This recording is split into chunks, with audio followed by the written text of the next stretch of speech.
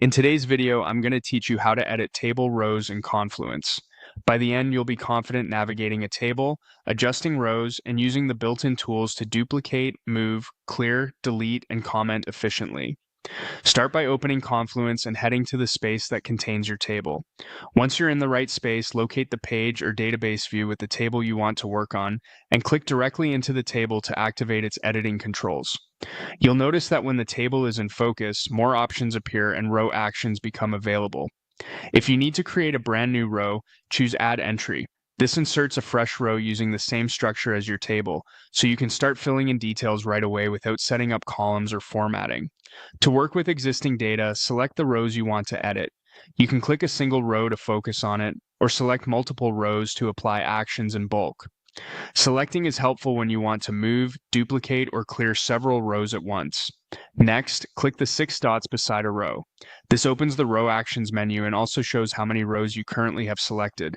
Think of this as your central hub for row-level commands. From here, you can click Ask Rovo.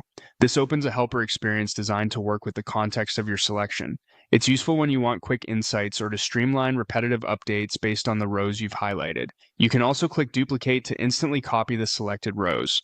Duplicated rows keep the same columns and values, making it easy to create templates or repeat a standard entry without retyping. If you don't immediately see all options in the menu, click Expand to reveal the full set of actions available for your selection. To change the order of your data, click Move Entries Up. This shifts the selected rows upward in the list, which is great for prioritizing tasks, adjusting sequences, or grouping related items together. When you need to empty cells but keep the rows, click Clear Values. This wipes the contents while preserving the structure so you can reuse the rows as clean placeholders. If a row is no longer needed, click Delete. Confirm the deletion when prompted. Use this carefully, since removing rows can't always be undone depending on your setup. Finally, to collaborate directly in context, click to add an inline comment to a row, type your comment, and click Add. Your note will be anchored to that row, making feedback and follow-ups easy for your team to find and address.